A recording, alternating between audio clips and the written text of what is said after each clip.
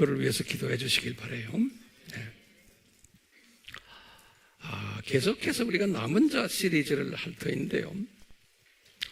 오늘은 이 남은 자 중 예수님 당시에 가장 대표적인 남은 자가 있다면 우리 베드로 선생님으로 오늘 저는 생각하고요.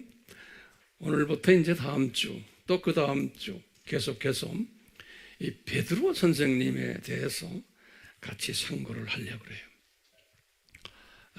우리 예수님께서 이 베드로 선생님을 어떻게 남은 자로 이미 예정하시고 택하셨지만 이분을 어떻게 남은 자 반열로 이끌어갔는가라는 부분을 우리가 같이 나누려고 해요. 내가 설교 때마다 항상 말씀드리지만 남은 자랑 누군가라고 하면 다시 한번 우리가 간단하게 한번 정리해 봐요. 그 이름들이 다양해요. 제가 이렇게 보니까 적어도 한 12개 정도의 이름으로 다시 한번 정리가 될 것 같아요. 그래서 한번 간단하게 적어보세요. 왜냐하면 남은 자 할 때 이 이름들 가지고 묵상하셔야 돼요. 네, 그렇기 때문에요.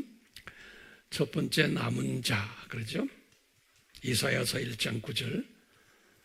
또 두 번째는 구루터기 또는 거룩한 씨 그래요. 이사야서 6장 13절에 또는 네 번째로 여호와를 경외하는 자 잠언 1장 7절 9장 10절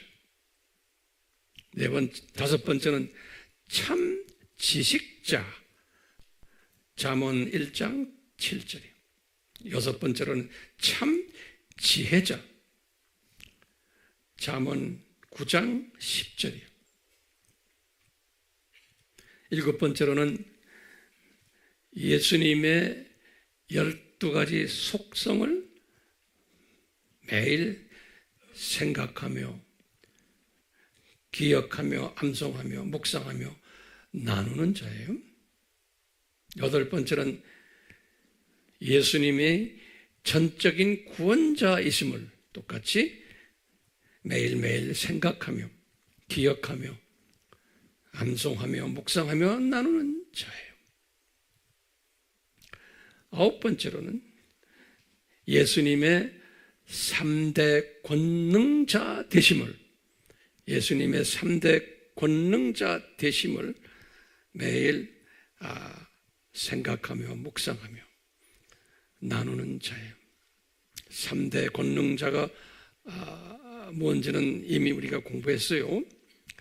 열 번째로는 우리가 은혜는 받았지만 덤으로 더 은혜를 받은 분들이 우리는 구원자로 구원받은 은혜가 있지만 그 은혜 플러스 덤으로 은혜 받은 자예요. 로마서 11장 5절에 자 그리고는 이제 이런 사람들은 11번째 어떻게 나타나냐면 겸손한 자로 나타나요. 겸손한 자로. 이렇게 겸손한 자는 12번째로 존귀함을 받게끔 되어 있어요. 존귀함.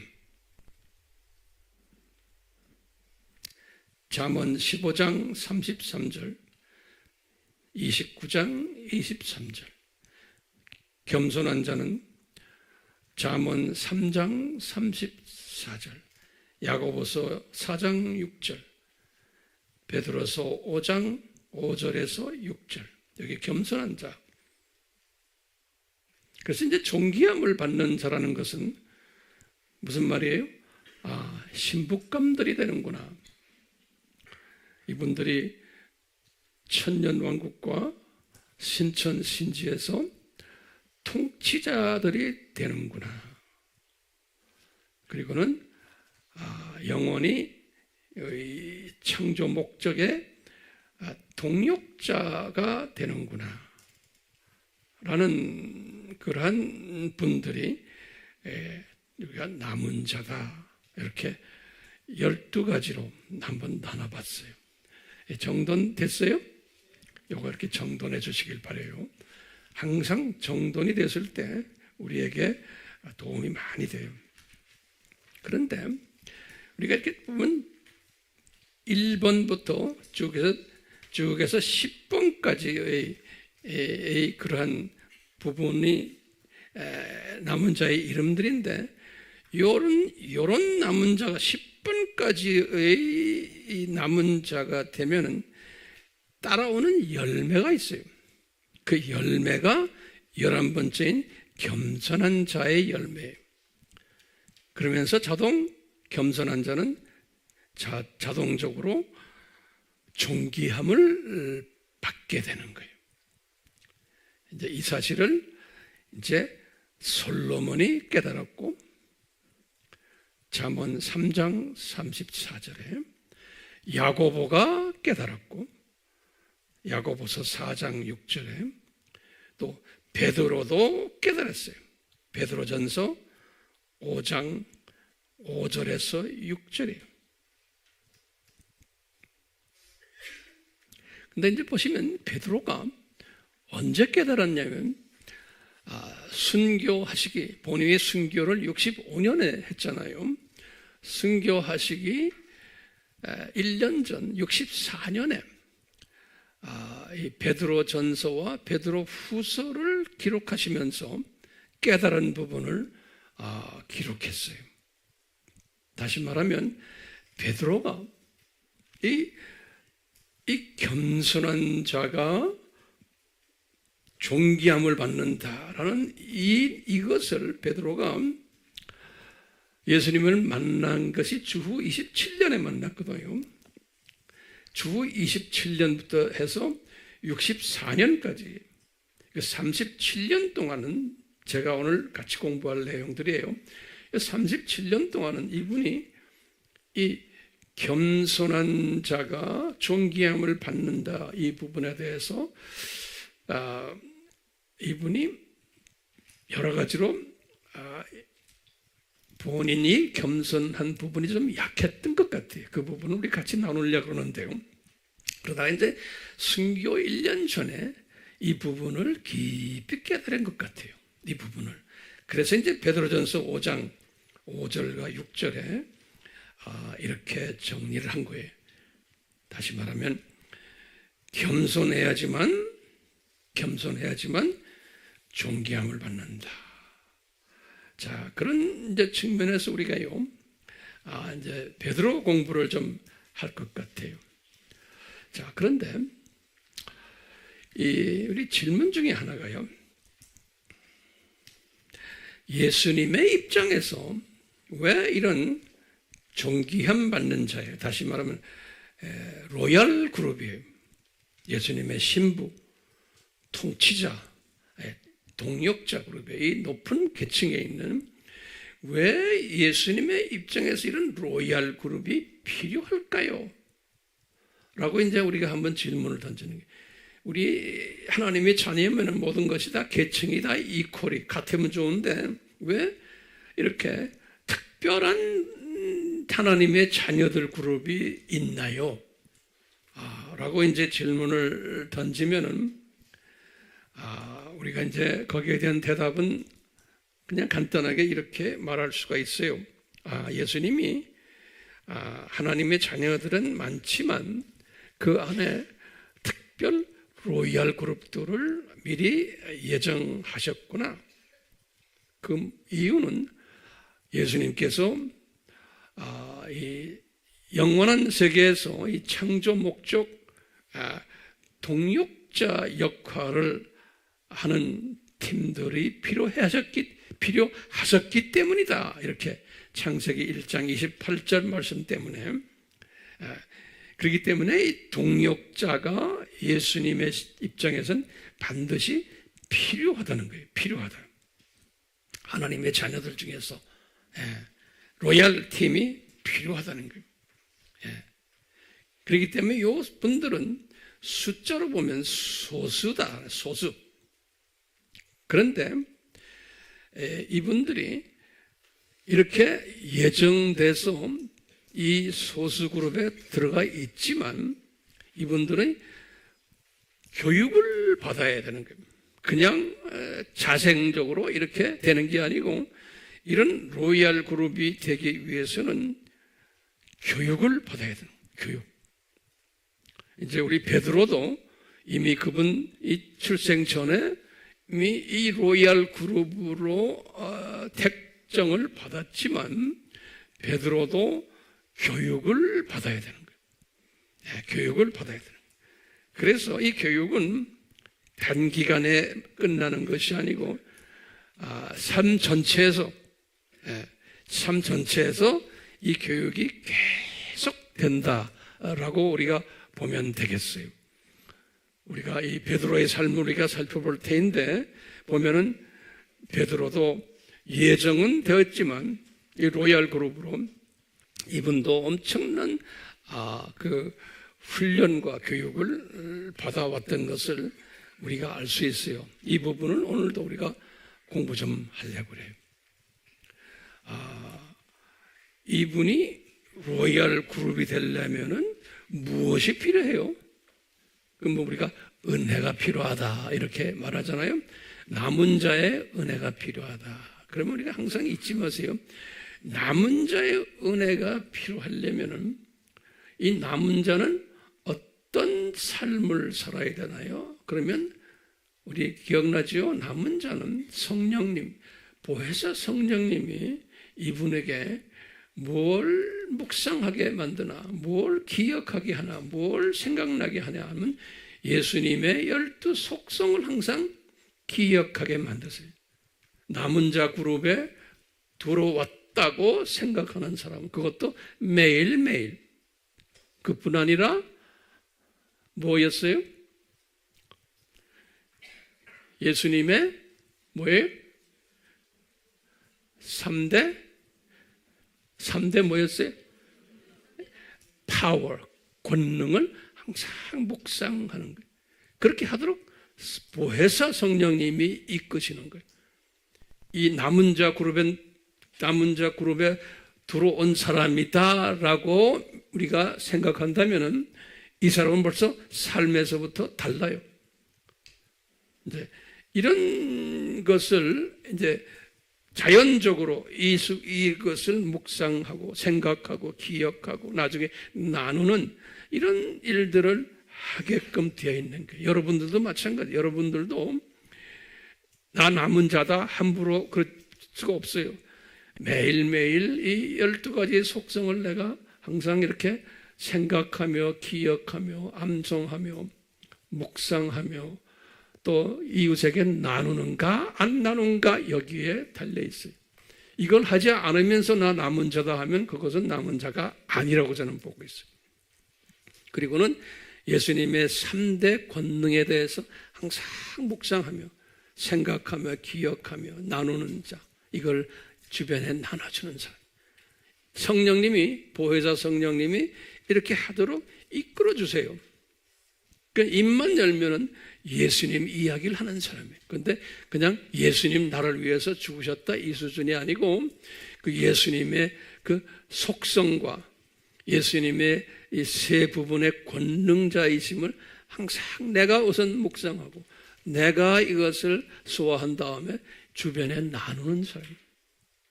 이것이 예수님의 입장에서 보면 남은 자예요. 그런데 베드로가 불리움을 받아가지고 이분이 3년 동안 예수님과 같이 지내는 기간들을 이렇게 보면은 이분이 이런 삶을 살았던 분이 아니에요. 이분이.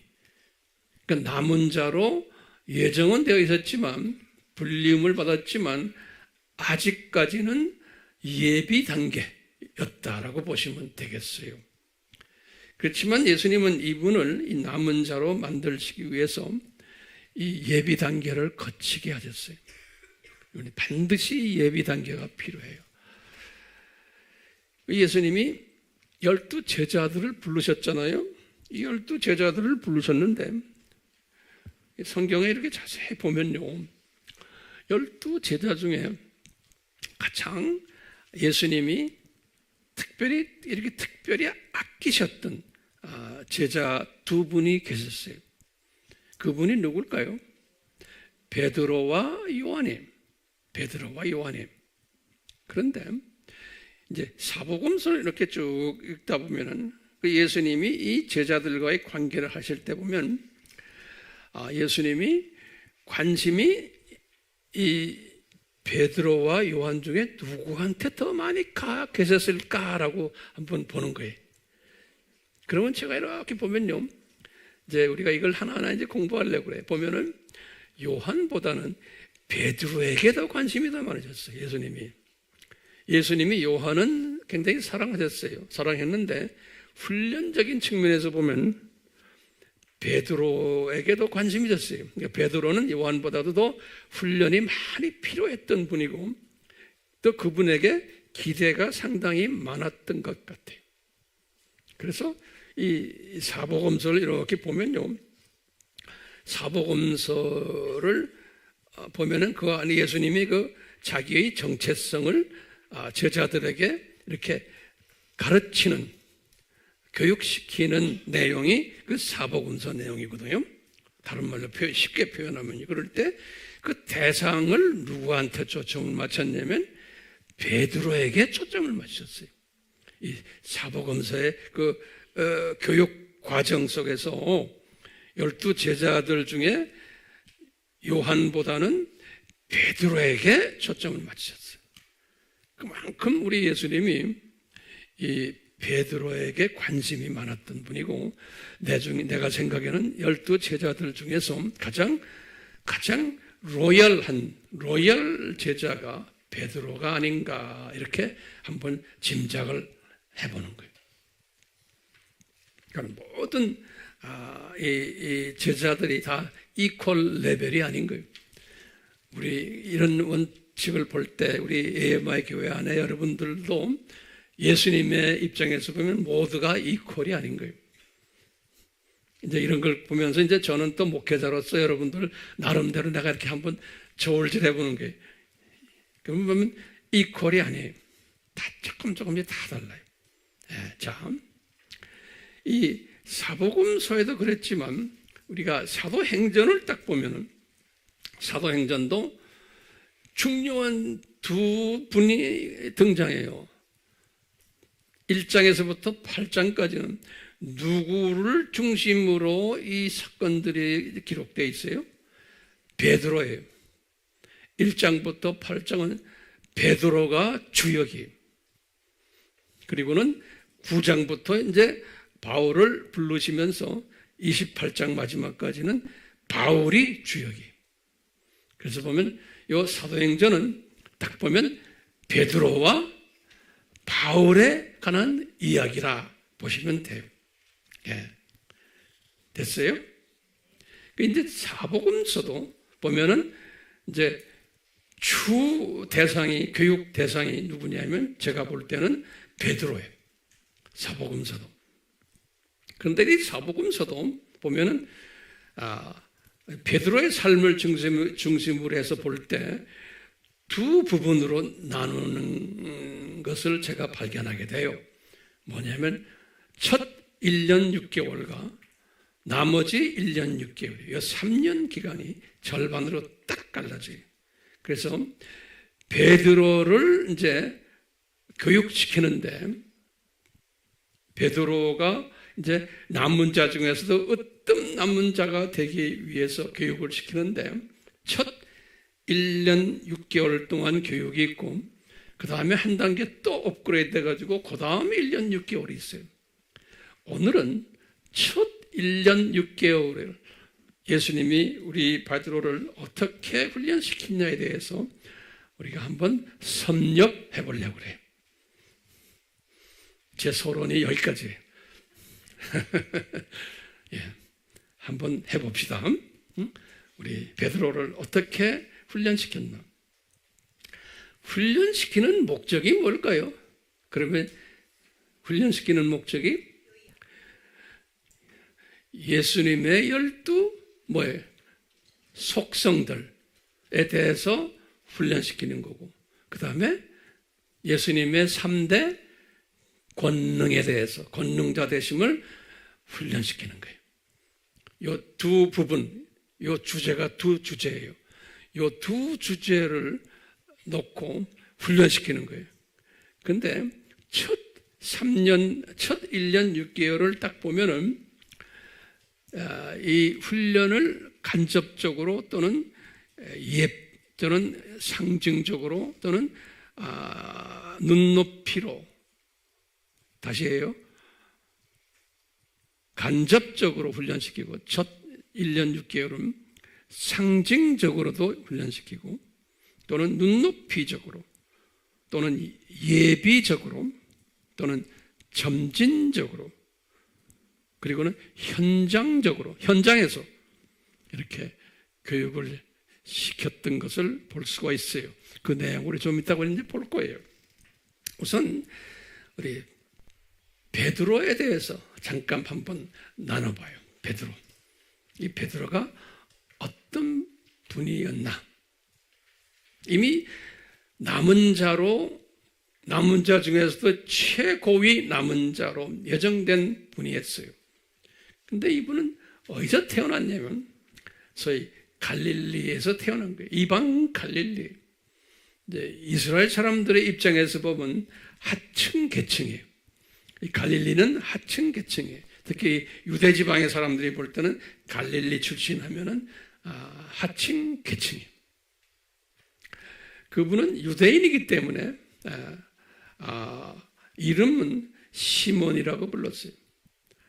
마태복음 4장 18절에 유대인이 시몬이라는 이름은 유대인 이름이에요. 어부 출신이에요. 동생인 안드레도 똑같이 어부 출신이에요. 근데 예수님이 어떻게 디자인하셨냐면 동생 안드레가 세례 요한의 제자로 등장케 해요. 그래서 요한복음 1장 35절과 40절에 보면 세례 요한의 제자가 안드레예요. 근데 이 안드레가 먼저 예수님을 메시아로 고백해요. 요한복음 1장 41절에. 그래서 이 안드레를 통해 가지고 그 베드로가 예수님을 만나는 사건이 일어나는 거예요. 요한복음 1장 42절에. 그러니까 예수님의 관심은 안드레에게도 있지만 이 시몬에게 더 많이 가 있는 거예요. 시몬에게. 자, 그래서 이제 시몬을 예수님이 딱 만나자마자 그 즉시로 이름을 바꿔줘요. 예수님이 새 이름을 줘요. 시몬이란 이름에서 게바라는 이름으로 딱 바꿔줘요. 이 게바, 요한복음 1장 42절. 이 게바라는 이름은 이게 유대인 이름이 아니고 헬라 이름이에요. 헬라. 그래서 이분에게 그 헬라 이름으로 게바, 그 뜻은 뭐냐면 헬라 이름이 히브리 이름이에요. 미안해. 게파스 하는 게 이게 그릭 이름이 아니고 히브리 유대인 이름이에요. 유대인 이름으로 게바라는 이름을 줘요. 이 게바라는 뜻은 돌이라는 뜻, 스톤, 돌, 바위가 아니고 돈, 스톤이야. 영어로 스톤이에요. 이렇게 이름을 그 스톤이라는 이름으로 바꾼 다음에 나중에 이제 이 마태복음 16장 18절에서 이제 베드로가 주는 그리스도시요 살아계신 하나님의 아들입니다라는 이 신앙 고백을 할 때에 같은 스톤인데 그 스톤을 헬라 말로 바꿔줘요. 그래서 너는 지금부터 이름을 페트로스라 그래라. 페트로스란 말은 헬라 말이에요. 게바는 무슨 말이라고 그랬어요? 유대인 말이에요. 구약에 나오는 유대인 말이고 페트로스는 그 베드로예요. 이것은 헬라 말로 스톤이라는 소리예요. 같은 스톤인데 이 헬라 말로 바꾼 거예요. 그래서 베드로. 그 베드로라는 말은 헬라 말이에요. 헬라 말, 다시 그리스 말이에요.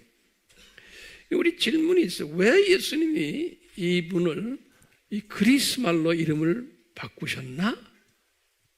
라고 하면은 항상 우리가 생각해야 되는 게 있어요.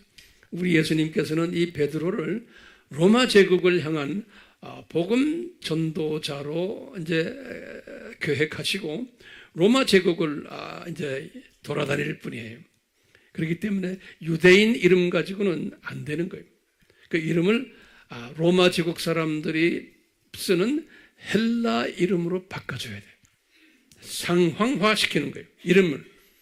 그래서 이름을 베드로, 다시 말하면 우리 같으면 국제화시킨 거예요. 이름을.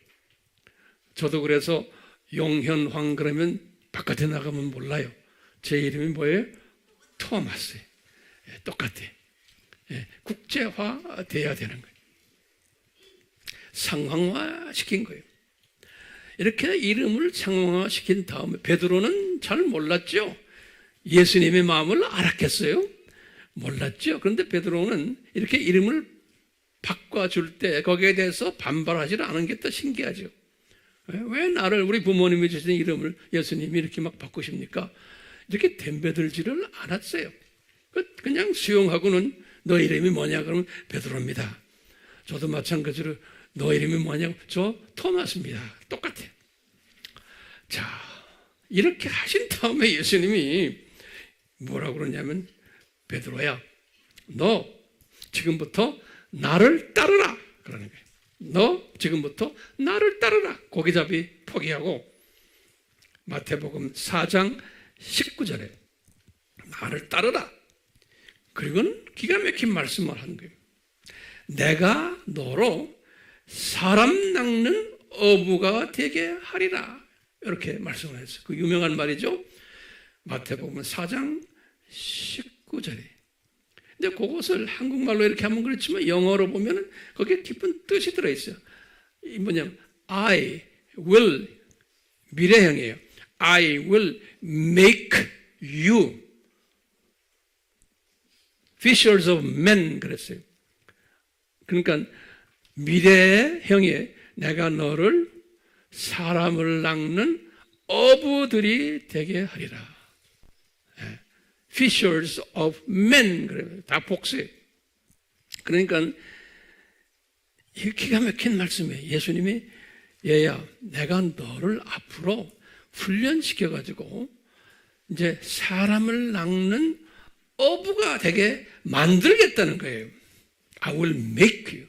다시 말하면 그냥 자동적으로 되는 게 아니고 엄청난 시행착오 훈련을 겪으면서 예정은 됐지만 이제 삶의 현장에서 남은 자로 예정은 됐지만 이 남은 자가 진짜 이제 되기 위해서 내가 너를 엄청 훈련을 시키겠다는 거예요. 그냥 되는 게 아니라는 거예요. 우리도 마찬가지예요.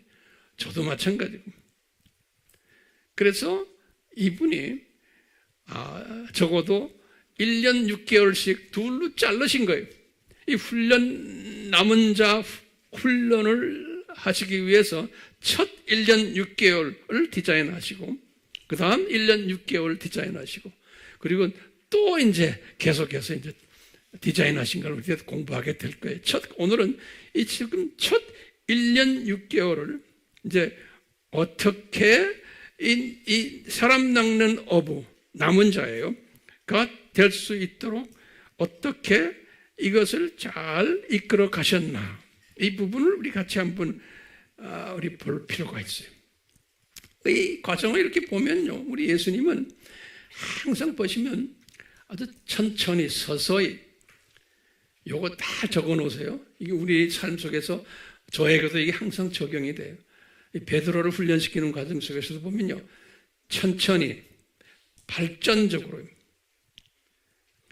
그리고 절대로 무리하지 않게 본인이 그냥 편안하게 잘 받아줄 수 있게 감당키 어렵지 않게 부담을 너무 심하게 주지 않으면서 겁이 나서 도망가지 않도록 잘 달래가면서 스텝 바이 스텝 이렇게 훈련시키는 것을 볼 수가 있어요. 그럼 우리 예수님이 굉장히 자상하신 분이세요. 인격적이시고. 저는 이런 것을 이렇게 보면서 제가 여러분들을 목회하면서 이런 걸 내가 많이 나름대로 제가 깨달은 것을 적용하려고 노력을 해요. 자, 그러면 우리 한번요, 이 1년 6개월 동안 이 베드로에게 이제 간접적인 교육에 예수님의 12가지 속성을 직접 간접으로, 비유적으로, 역사 속에서, 삶의 현장에서 또는 눈높이로 이렇게 교육시키는 그 내용을 한번 들여다봅시다. 준비됐어요? 첫 번째, 어떻게 하셨냐면, 이분들을 이제 12제자들을 이제 향해서 제일 먼저 산상수훈을 주셨어요. 마태복음 5장에서 7장이요. 굉장히 받아주기 힘든 내용이에요. 소화하든 말든 산상수훈을 주셨어요. 두 번째는 이걸 딱 주시자마자 이제 12제자들이 보는 데서 문둥병자를 치유하세요. 여기에 지금 관심은 누구한테 있겠다고 보겠어요? 베드로에게 있는 거예요. 베드로에게. 예수님은 베드로를 생각하면서 다 이런 일들을 하시는 거예요. 마태복음 8장 1절에서부터 4절. 4절이에요. 세 번째는 백부장의 종을 치유하는 장면이 또 계속돼요. 마태복음 8장 5절에서부터 13절이에요. 그리고 네 번째로 베드로의 장모님을 치유하시는, 장모님이 열병이 있었던 모양이에요. 마태복음 8장 14절에서 15절이에요. 그러니까 이제 예수님이 왜 장모님을 이렇게 아프게 해가지고 병을 고치실까요? 이건 이제 생각해 보는 거. 모든 것이 다 예수님의 뜻 안에서 움직이니까요. 이제 좀 있으면 이제 우리 베드로 선생님이 이제 와이프를 던져놓고 이제 열심히 뛰어야 되잖아요. 그러니까 그 와이프가 마음을 편케 만들기 위해서, 또 예수님의 정체성이 대단한 분이라는 것을 깨닫게 하기 위해서 그 장모님이 아프게 돼서 병을 고치지 않았나, 이런 생각. 그러니까 예수님이 다 플래닝 속에서 장모님 아프게 해가지고 고치시는 거예요. 그러니까 이제 베드로의 사모님이 여보 마음대로 뛰세요. 우리 엄마 고쳐졌으니 그분 말 들어가면서 아마 이렇게 하지 않았나라고 볼 수 있겠어요, 없겠어요? 내 생각엔 그래요. 베드로의 어머님을 고친 거하고 장모님 고친 거하고는 의미가 달라요. 그 보면 정확하게 베드로의 장모님이에요. 다섯 번째는 예수님이 파도를 잠잠케 하시는 장면이, 이 자연을 정복하시는 마태복음 8장 23절에서 27절에. 여섯 번째로는 또 귀신 쫓아내시는 마태복음 8장 28절에서 34절. 또 일곱 번째로는 중풍병자 치유하시는 장면이 마태복음 9장 1절에서부터 8절이에요. 여덟 번째는 회당장 야이로의 딸을 살리시는 마태복음 9장 18절에서 26절. 아홉 번째로는 두 소경을 치유하시는 장면이 마태복음 9장 27절에서 33절이에요. 열 번째는 안식일의 주인이 자신이라고, 예수님이라고 말씀하시는 장면이 마태복음 12장 1절에서부터 13절이에요. 열한 번째는 요나의 표적을 보여주시면서 자기 본인의 죽으심과 부활하심을 설명해 주시는 거예요. 마태복음 12장 39절이에요. 그리고는 12번째로 그 유명한 천국의 신비, 마태복음 13장의 7가지 비유로 천국의 신비 설명해 주는 거예요. 마태복음 13장 1절에서 52절이에요. 그리고는 13번째로 오병이어 사건을 보여주는 거예요. 마태복음 14장 15절에서 21절. 그리고는 이 사건을 보여준 후에 14번째로 예수님이 물 위로 걸으시는 거예요. 그런데 어떤 베드로가 따라 걷다가 물에 빠지는 장면이 있죠? 이제 베드로가 또 거기에 등장을 해요. 마태복음 14장 22절에서 36절이에요. 마지막으로 15번째로 칠병이어 사건이에요. 마태복음 15장 32절에서 39절에 최소한 제가 쭉 성경을 이렇게 섭렵해 보면서 예수님이 우리 베드로에게 초점을 맞추셔서 이 15가지의 사건들을 쫙 보여주시는 거예요.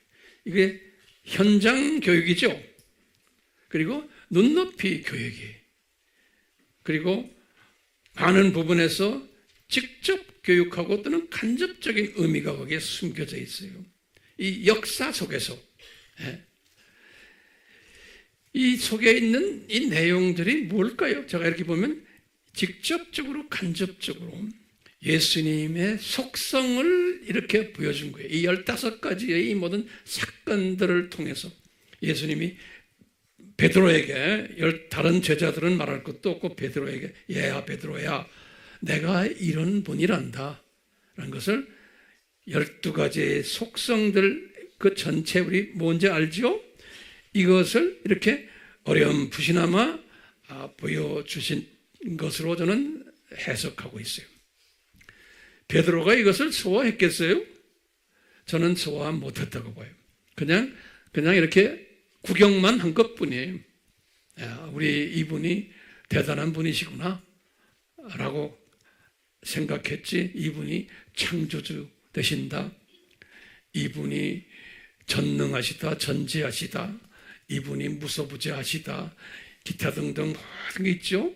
이 예수님의 속성을 그냥 소화를 못하면서 그냥 대강 어깨너머로 한번 그냥 느끼기만 하셨던 것 같아요.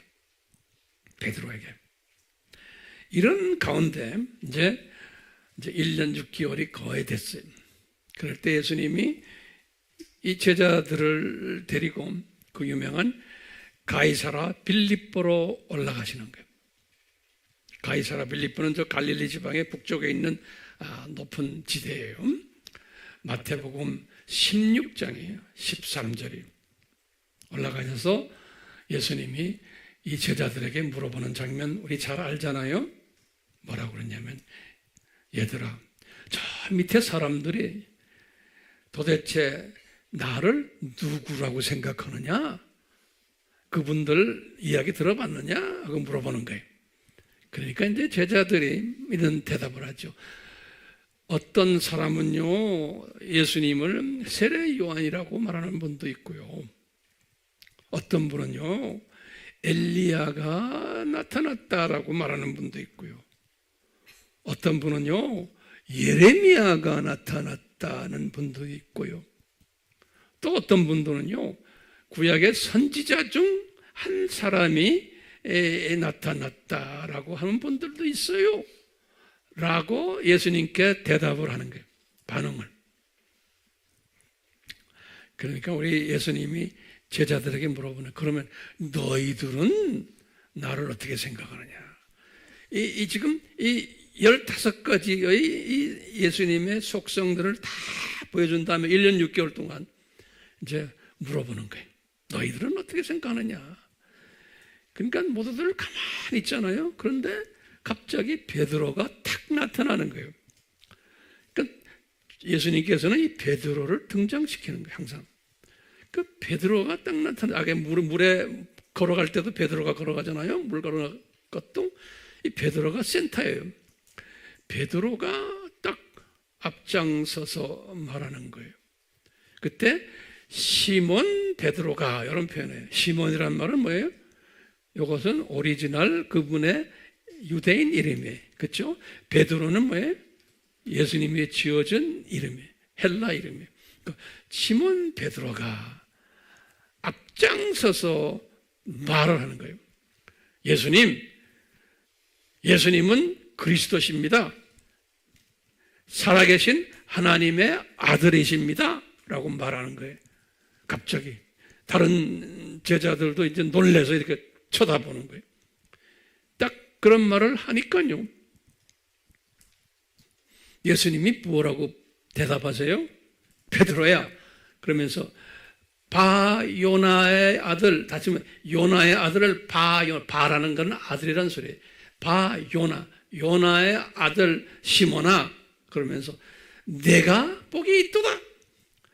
이를 너에게 나타낸 것은 혈과 육이 아니요 네 입으로 한 것이 아니요 하늘에 계신 아버지시니라 그런 거예요. 그러니까 네 입을 통해서 아버지가 나에 대한 정체성을 말하게 하셨단다 그러는 거예요. 그럼 베드로가 한 것이 아니죠. 그런데 베드로의 입을 사용하신 거예요. 여기 지금 뭡니까? 예수님의 아주 기가 막힌 정체성이죠. 아버지가 베드로의 입을 통해서 뭐라고 그랬어요? 주는 그리스도시요 살아계신 하나님 아버지의 아들이십니다. 예수님의 정확한 정체성이죠. 이것은 우리가 이제 베드로의 신앙 고백 그러잖아요. 근데 실은 베드로의 신앙 고백이 아니죠. 아버지께서 허락하신 고백이죠. 베드로의 입을 통해서. 자, 이렇게 고백한 베드로에게 예수님이 하시는 말씀이 이제 16장 18절에 그러는 거예요. 베드로, 네 이름을 내가 이제 베드로라고 하겠다. 그런 게. 페트로스. 새롭게 나온 이름이에요. 돌이라는 소리예요. 스톤. 그러면서 이 반석 위에 나의 교회를 세우겠다. 그러는 거예요. 이때 이 반석이라는 단어는요, 페트로스가 아니에요. 요 페트라라고 되어 있어요. 원어를 보면요. 이건 페트라는 여성 명사예요. 페트로스는 남성 명사예요. 그렇기 때문에 예수님이 잘 보세요. 베드로, 네 이름이 페트로스다. 남성 명사예요. 그러면서 그건 스톤이다. 돌이다. 그런데 이 반석 위에 내가 나의 교회를 세우겠다는 게, 그것도 이 반석은 페트라라고 그랬어요. 이 페트라는 반석인데 영어로는 the rock의 rock, 큰 바위예요. 이것을 페트라라고 그래요.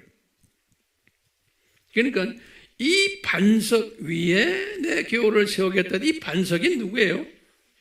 여기서 보면 베드로의 신앙 고백이에요.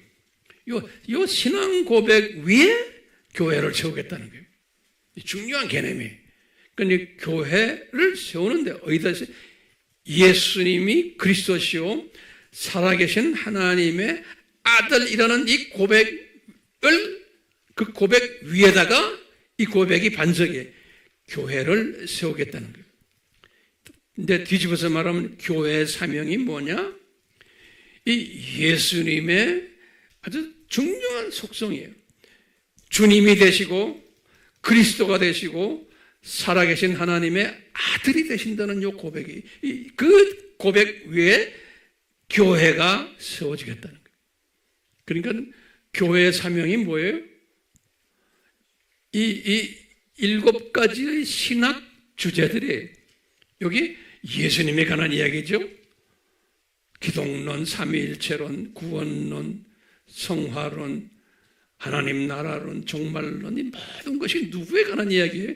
예수님이 그리스도시고 살아계신 하나님의 아들이라는 것을 여러 각도로 설명하는 것이 7개의 신학 주제들이죠. 예. 특히 이것을 다른 말로 표현하면 이 예수님의 12가지 속성과 또 이 3가지의 예수님의 권능자, 이것을 고백하는 이 고백 위에다가 교회를 세우겠다는 거예요.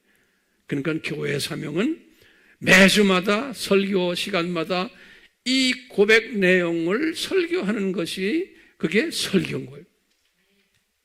또 교인들이 이걸로 무장해서 이걸 전하는 것이 교인들의 사명이고. 그런데 로마 가톨릭이 이 고백을 변질시켰다라는 거 여러분들 알죠? 로마 가톨릭이 교황을 높이시기 위해서 어떻게 했냐면 요 베드로가 로마 교황의 시조다. 다시 말하면 로마 가톨릭의 바티칸에 있는 교황의 영적 아버지가 베드로다. 그러면서 이 고백이라는 말보다는 이 페트로스, 그를 페트라를 동격으로 해가지고 교황이 이 페트로스고 페트라라는 거예요. 그래서 이 로마 가톨릭 안에서 있어야지만 구원이 있다라고 잘못 해석을 했어요. 그러다가 이제 약 한 100년 전부터 로마 가톨릭이 이 부분을 회개하기 시작을 했어요. 그래서 지금 이 고백을 로마 가톨릭이 이제는 자기네가 페트라가 교황이라고 말하질 않아요. 이제는. 그렇지만 한때 그래왔어요. 자, 이 베드로가 이제 예수님으로부터 지금 칭찬받는 장면이에요. 지금 12 제자들이 있는 데서 베드로를 예수님에게 띄우시고는 기가 막힌 칭찬을 지금 하시는 거예요.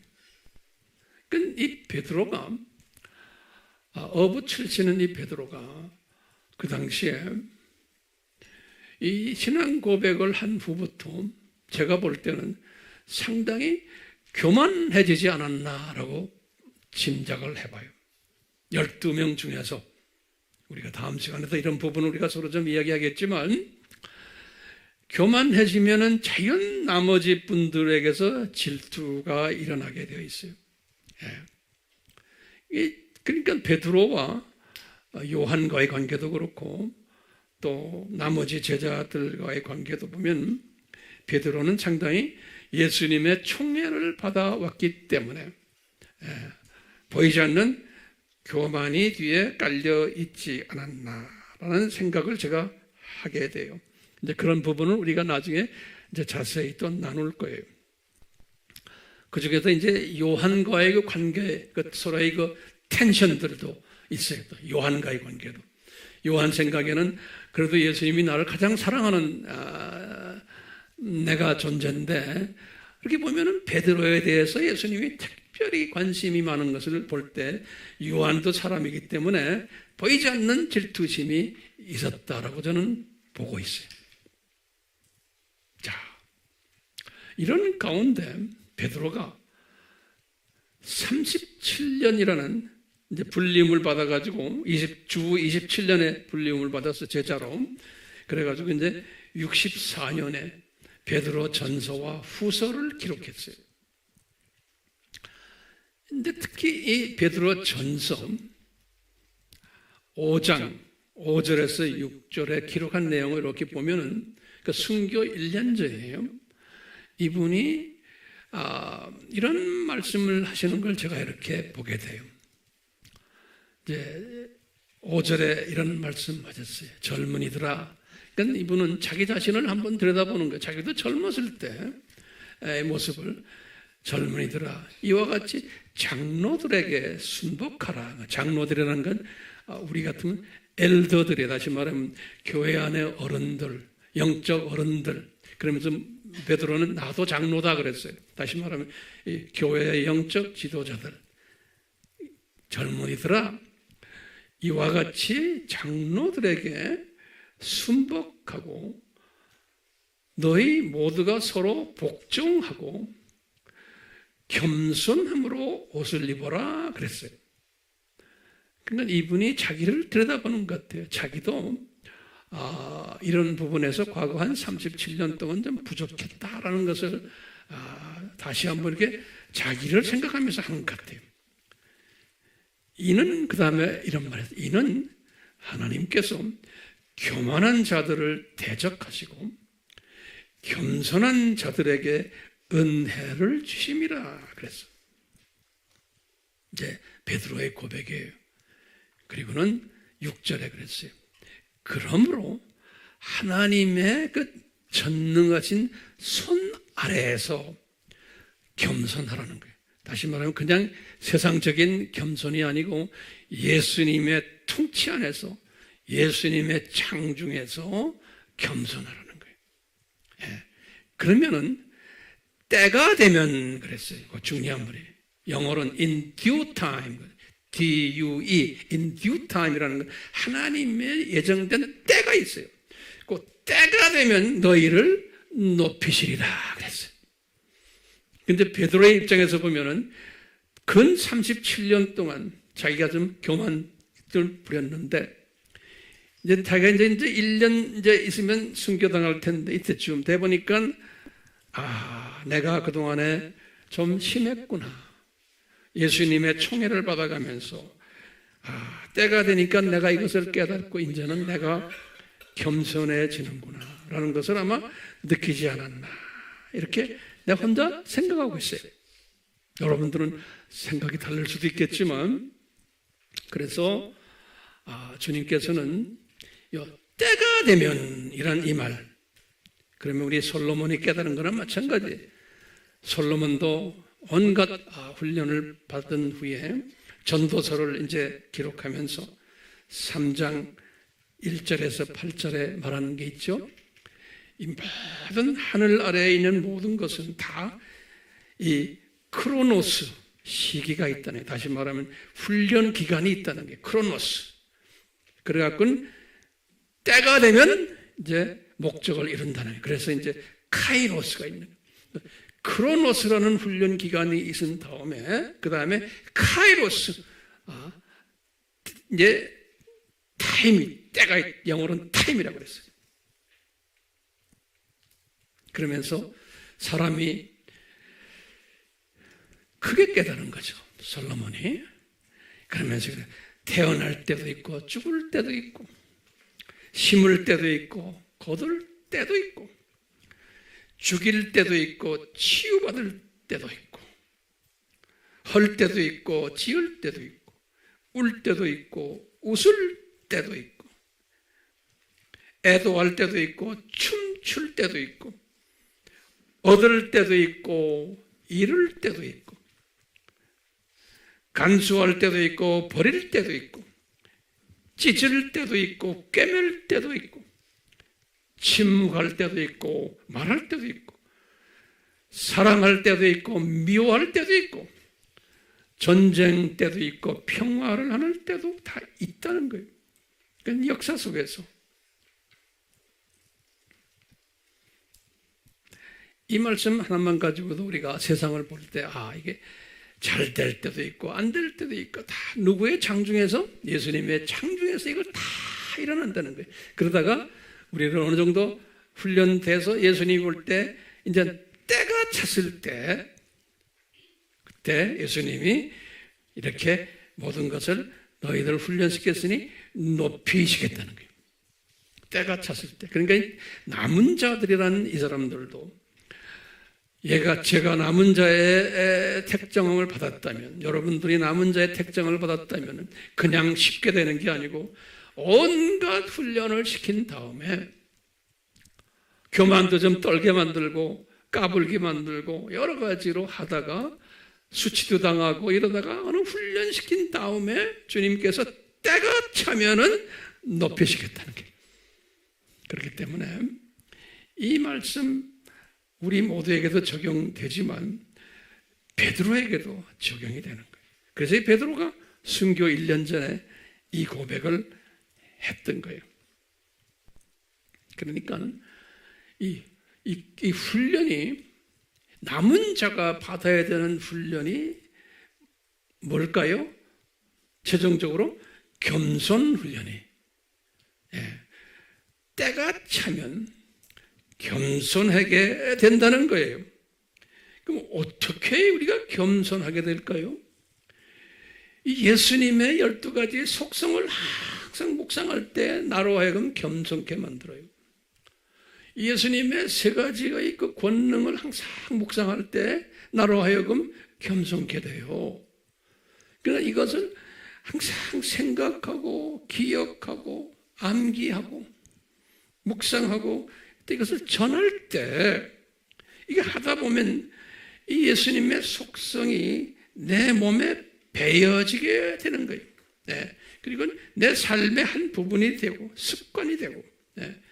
이러다 보면 나도 모르게 남은 자 반열에 있음을 알게 되고 나도 모르게 겸손해진다라고 저는 보고 있어요.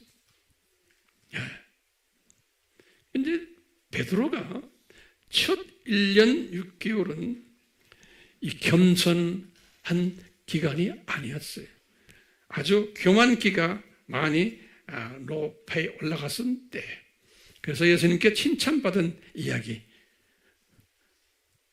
오늘 나눴어요. 아직까지 이 베드로가 남은 자로 예정은 되었지만, 택함은 받았지만, 훈련 과정 속에서 보면 이제 겨우 이제 시작하는 거예요. 시작. 오늘은 거기까지만 여기 공부하면 되겠어요.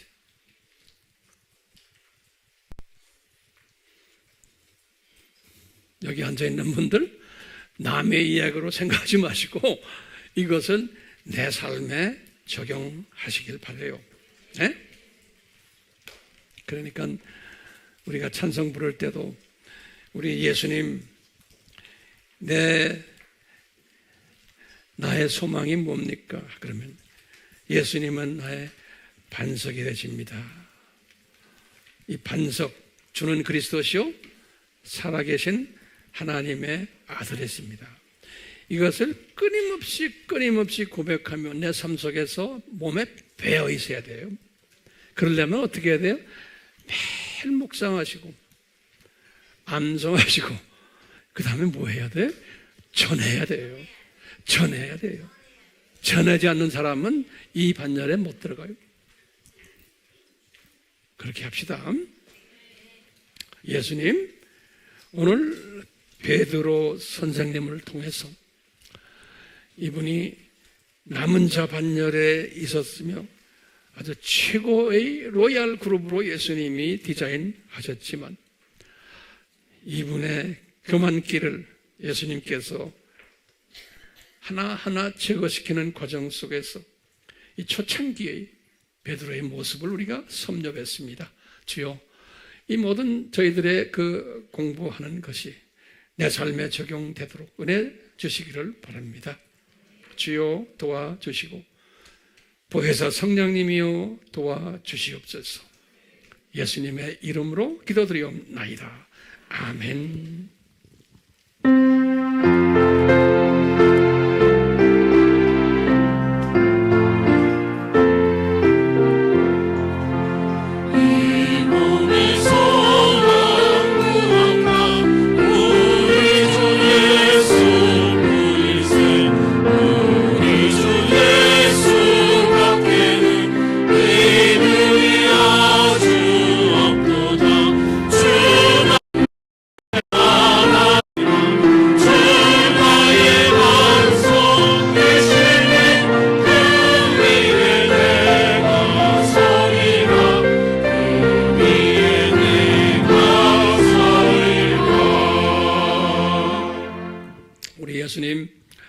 우리 베드로 선생님은 이 겸손 훈련을 장기간 시키셨던 것을 우리가 발견하게 됩니다.